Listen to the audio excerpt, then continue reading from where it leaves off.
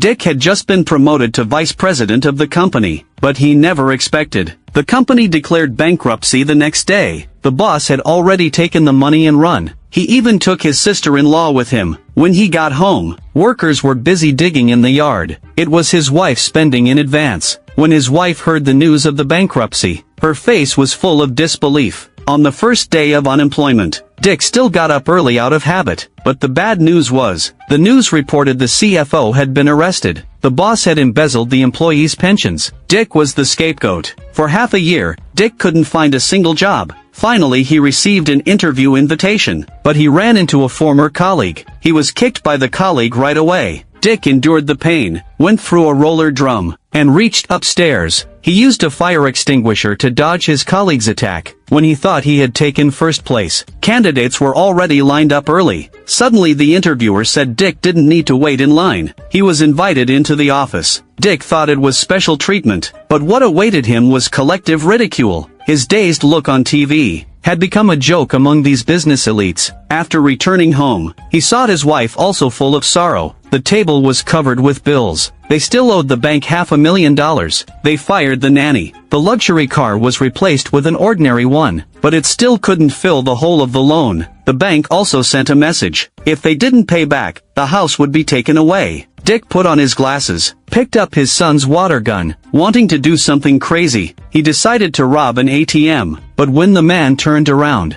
it turned out to be Dick's former colleague. Then he walked into a supermarket, poured himself a cup of Coke. He looked at the clerk, and slowly moved forward. That guy's face was full of disdain, but Dick was extremely nervous. The pistol in his pocket just wouldn't come out. Dick could only stop his move, and ran out directly. The last stop was an umbrella shop. He directly pulled out the water gun, turned into a professional robber, and looted the cash register. Dick restored his wealthy lifestyle, even better than before. But suddenly a piece of news made them terrified.